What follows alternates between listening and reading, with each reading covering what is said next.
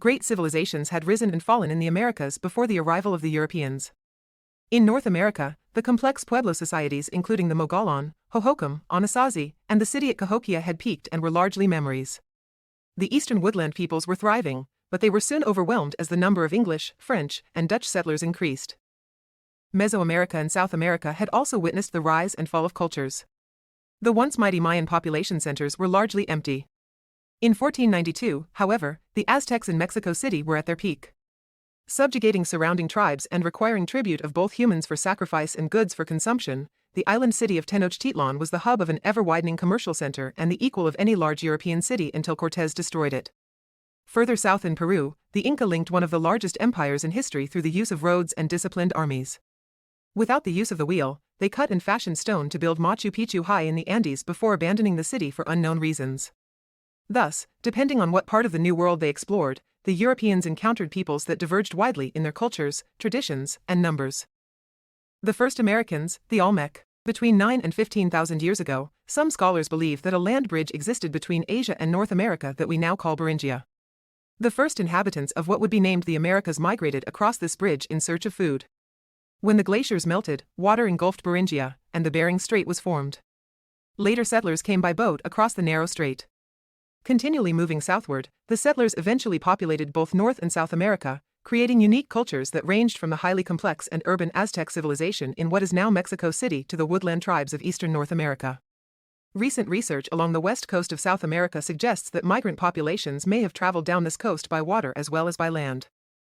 Researchers believe that about 10,000 years ago, humans also began the domestication of plants and animals, adding agriculture as a means of sustenance to hunting and gathering techniques. With this agricultural revolution, and the more abundant and reliable food supplies it brought, populations grew and people were able to develop a more settled way of life, building permanent settlements. Nowhere in the Americas was this more obvious than in Mesoamerica. Mesoamerica is the geographic area stretching from north of Panama up to the desert of central Mexico. Although marked by great topographic, linguistic, and cultural diversity, this region cradled a number of civilizations with similar characteristics. Mesoamericans were polytheistic. Their gods possessed both male and female traits and demanded blood sacrifices of enemies taken in battle or ritual bloodletting. Corn, or maize, domesticated by 5000 BCE, formed the basis of their diet. They developed a mathematical system, built huge edifices, and devised a calendar that accurately predicted eclipses and solstices and that priest astronomers used to direct the planting and harvesting of crops. Most important for our knowledge of these peoples, they created the only known written language in the Western Hemisphere. Researchers have made much progress in interpreting the inscriptions on their temples and pyramids. Though the area had no overarching political structure, trade over long distances helped diffuse culture. Weapons made of obsidian, jewelry crafted from jade, feathers woven into clothing and ornaments, and cacao beans that were whipped into a chocolate drink formed the basis of commerce. The mother of Mesoamerican cultures was the Olmec civilization. Flourishing along the hot Gulf Coast of Mexico from about 1200 to about 400 BCE, the Olmec produced a number of major works of art, architecture, pottery, and sculpture. Most recognizable are their giant head sculptures and the pyramid in La Venta. The Olmec built aqueducts to transport water into their cities and irrigate their fields. They grew maize, squash, beans, and tomatoes. They also bred small domesticated dogs which, along with fish, provided their protein. Although no one knows what happened to the Olmec after about 400 BCE, in part because the jungle reclaimed many of their cities, their culture was the base upon which the Maya and the Aztec built. It was the Olmec who worshipped a rain god, a maize god, and the feathered serpent so important in the future pantheons of the Aztecs, who called him Quetzalcoatl, and the Maya, to whom he was Kukulkan. The Olmec also developed a system of trade throughout Mesoamerica, giving rise to an elite class. The Maya. After the decline of the Olmec, a city rose in the fertile central highlands of Mesoamerica. One of the largest population centers in pre-Columbian America and home to more than 100,000 people at its height in about 500 CE, Teotihuacan was located about 30 miles northeast of modern Mexico City. The ethnicity of the settlement's inhabitants is debated. Some scholars believe it was a multi-ethnic city. Large-scale agriculture and the resultant abundance of food allowed time for people to develop special trades and skills other than farming. Builders constructed over 2,200 apartment compounds for multiple families, as well as more than 100 temples. Among these were the Pyramid of the Sun, which is 200 feet high, and the Pyramid of the Moon, 150 feet high. Near the Temple of the Feathered Serpent, graves have been uncovered that suggest humans were sacrificed for religious purposes. The city was also the center for trade, which extended to settlements on Mesoamerica's Gulf Coast. The Maya were one Mesoamerican culture that had strong ties to Teotihuacan. The Maya's architectural and mathematical contributions were significant. Flourishing from roughly 2000 BCE to 900 CE in what is now Mexico, Belize, Honduras, and Guatemala, the Maya perfected the calendar and written language the Olmec had begun. They devised a written mathematical system to record crop yields and the size of the population, and to assist in trade. Surrounded by farms relying on primitive agriculture, they built the city-states of Copan, Tikal, and Chichen Itza along their major trade routes, as well as temples, statues of gods, pyramids, and astronomical observatories. However, because of poor soil and a drought that lasted nearly 2 centuries, their civilization declined by about 900 CE and they abandoned their large population centers. The Spanish found little organized resistance among the weakened Maya upon their arrival in the 1520s. However, they did find Mayan history, in the form of glyphs, or pictures representing words, recorded in folding books called codices, the singular is codex. In 1562, Bishop Diego de Landa, who feared the converted natives had reverted to their traditional religious practices, collected and burned every codex he could find. Today only a few survive. The Aztec. When the Spaniard Hernán Cortés arrived on the coast of Mexico in the 16th century, at the site of present-day Veracruz, he soon heard of a great city ruled by an emperor named Moctezuma. This city was tremendously wealthy, filled with gold, and took in tribute from surrounding tribes. The riches and complexity Cortés found when he arrived at that city, known as Tenochtitlán, were far beyond anything he or his men had ever seen. According to legend, a warlike people called the Aztec, also known as the Mexica, had left a city called Aztlán and traveled south to the site of present-day Mexico City. In 1325, they began construction of Tenochtitlán on an island in Lake Texcoco.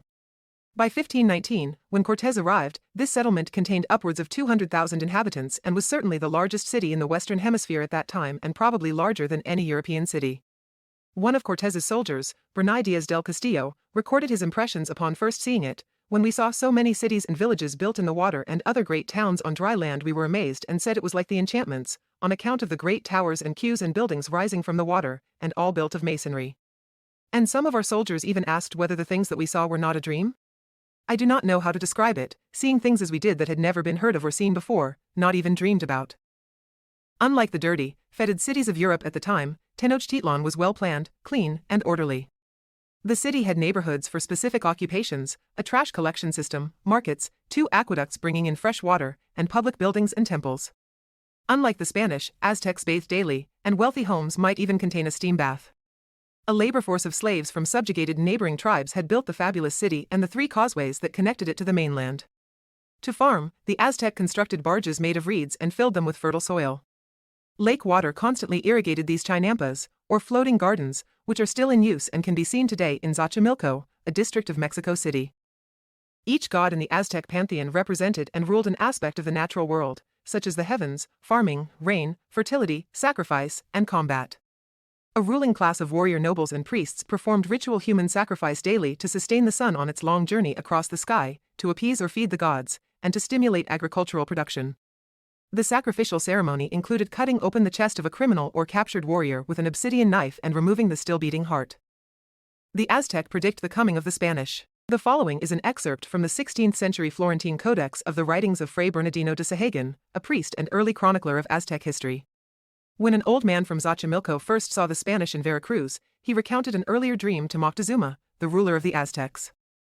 Said Cuzatli to the sovereign, "O mighty lord, if because I tell you the truth I am to die, nevertheless I am here in your presence and you may do what you wish to me." He narrated that mounted men would come to this land in a great wooden house. This structure was to lodge many men, serving them as a home. Within they would eat and sleep. On the surface of this house they would cook their food, walk and play as if they were on firm land. They were to be white, bearded men, dressed in different colors, and on their heads they would wear round coverings. 10 years before the arrival of the Spanish, Moctezuma received several omens which at the time he could not interpret. A fiery object appeared in the night sky, a spontaneous fire broke out in a religious temple and could not be extinguished with water, a waterspout appeared in Lake Texcoco, and a woman could be heard wailing, "Oh my children, we are about to go forever." Moctezuma also had dreams and premonitions of impending disaster. These foretellings were recorded after the Aztecs' destruction. They do, however, give us insight into the importance placed upon signs and omens in the pre-Columbian world. The Inca. In South America, the most highly developed and complex society was that of the Inca, whose name means lord or ruler in the Andean language called Quechua. At its height in the 15th and 16th centuries, the Inca Empire, located on the Pacific coast and straddling the Andes Mountains, extended some 2,500 miles. It stretched from modern-day Colombia in the north to Chile in the south and included cities built at an altitude of 14,000 feet above sea level. Its road system, kept free of debris and repaired by workers stationed at varying intervals, rivaled that of the Romans and efficiently connected the sprawling empire. The Inca, like all other pre-Columbian societies, did not use axle-mounted wheels for transportation. They built stepped roads to ascend and descend the steep slopes of the Andes. These would have been impractical for wheeled vehicles but worked well for pedestrians. These roads enabled the rapid movement of the highly trained Incan army. Also like the Romans, the Inca were effective administrators. Runners called chasquis traversed the roads in a continuous relay system, ensuring quick communication over long distances. The Inca had no system of writing, however. They communicated and kept records using a system of colored strings and knots called the quipu. The Inca people worshipped their lord who, as a member of an elite ruling class, had absolute authority over every aspect of life. Much like feudal lords in Europe at the time, the ruling class lived off the labor of the peasants, collecting vast wealth that accompanied them as they went, mummified, into the next life. The Inca farmed corn, beans, squash, quinoa, a grain cultivated for its seeds, and the indigenous potato on terraced land they hacked from the steep mountains. Peasants received only 1/3 of their crops for themselves. The Inca ruler required 1/3, and 1/3 was set aside in a kind of welfare system for those unable to work. Huge storehouses were filled with food for times of need. Each peasant also worked for the Inca ruler a number of days per month on public works projects, a requirement known as the mita. For example, peasants constructed rope bridges made of grass to span the mountains above fast-flowing icy rivers. In return, the lord provided laws, protection, and relief in times of famine. The Inca worshipped the sun god Inti and called gold the sweat of the sun. Unlike the Maya and the Aztecs, they rarely practiced human sacrifice and usually offered the gods food, clothing, and coca leaves.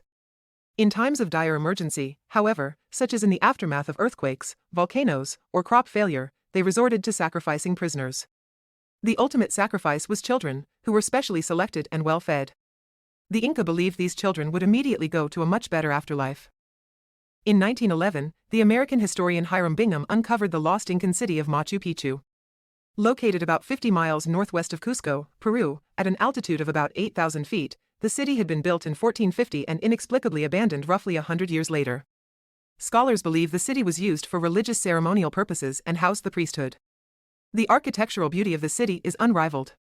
Using only the strength of human labor and no machines, the Inca constructed walls and buildings of polished stones, some weighing over 50 tons, that were fitted together perfectly without the use of mortar. In 1983, UNESCO designated the ruined city a World Heritage Site. North American Indians. With few exceptions, the North American native cultures were much more widely dispersed than the Mayan, Aztec, and Incan societies, and did not have their population size or organized social structures. Although the cultivation of corn had made its way north, many Indians still practiced hunting and gathering. Horses, first introduced by the Spanish, allowed the Plains Indians to follow and hunt the huge herds of bison more easily. A few societies had evolved into relatively complex forms, but they were already in decline at the time of Christopher Columbus's arrival. In the southwestern part of today's United States dwelled several groups we collectively call the Pueblo. The Spanish first gave them this name, which means town or village, because they lived in towns or villages of permanent stone and mud buildings with thatched roofs. Like present-day apartment houses, these buildings had multiple stories, each with multiple rooms. The three main groups of the Pueblo people were the Mogollon, Hohokam, and Anasazi. The Mogollon thrived in the Mimbres Valley, New Mexico, from about 150 BCE to 1450 CE. They developed a distinctive artistic style for painting bowls with finely drawn geometric figures and wildlife, especially birds, in black on a white background. Beginning about 600 CE, the Hohokam built an extensive irrigation system of canals to irrigate the desert and grow fields of corn, beans, and squash. By 1300, their crop yields were supporting the most highly populated settlements in the southwest. The Hohokam decorated pottery with a red-on buff design and made jewelry of turquoise. In the high desert of New Mexico, the Anasazi, whose name means ancient enemy or ancient ones, carved homes from steep cliffs accessed by ladders or ropes that could be pulled in at night or in case of enemy attack. Roads extending some 180 miles connected the Pueblo's smaller urban centers to each other and to Chaco Canyon, which by 1050 CE had become the administrative, religious, and cultural center of their civilization. A century later, however, probably because of drought, the Pueblo peoples abandoned their cities. Their present-day descendants include the Hopi and Zuni tribes. The Indian groups who lived in the present-day Ohio River Valley and achieved their cultural apex from the 1st century CE to 400 CE are collectively known as the Hopewell culture. Their settlements, unlike those of the Southwest, were small hamlets. They lived in wattleland daub houses, made from woven lattice branches daubed with wet mud, clay, or sand and straw, and practiced agriculture, which they supplemented by hunting and fishing. Utilizing waterways, they developed trade routes stretching from Canada to Louisiana, where they exchanged goods with other tribes and negotiated in many different languages. From the coast they received shells, from Canada, copper, and from the Rocky Mountains, obsidian. With these materials they created necklaces, woven mats, and exquisite carvings. What remains of their culture today are huge burial mounds and earthworks. Many of the mounds that were opened by archaeologists contained artworks and other goods that indicate their society was socially stratified. Perhaps the largest indigenous cultural and population center in North America was located along the Mississippi River near present-day St. Louis. At its height in about 1100 CE, this 5-square-mile city, now called Cahokia, was home to more than 10,000 residents. Tens of thousands more lived on farms surrounding the urban center. The city also contained 120 earthen mounds or pyramids, each dominating a particular neighborhood and on each of which lived a leader who exercised authority over the surrounding area. The largest mound covered 15 acres. Cahokia was the hub of political and trading activities along the Mississippi River. After 1300 CE, however, this civilization declined, possibly because the area became unable to support the large population. Indians of the Eastern Woodland, encouraged by the wealth found by the Spanish in the settled civilizations to the south, 15th and 16th century English, Dutch, and French explorers expected to discover the same in North America. What they found instead were small, disparate communities, many already ravaged by European diseases brought by the Spanish and transmitted among the natives. Rather than gold and silver, there was an abundance of land, and the timber and fur that land could produce. The Indians living east of the Mississippi did not construct the large and complex societies of those to the west.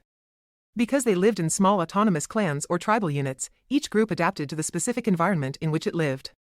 These groups were by no means unified, and warfare among tribes was common as they sought to increase their hunting and fishing areas. Still, these tribes shared some common traits.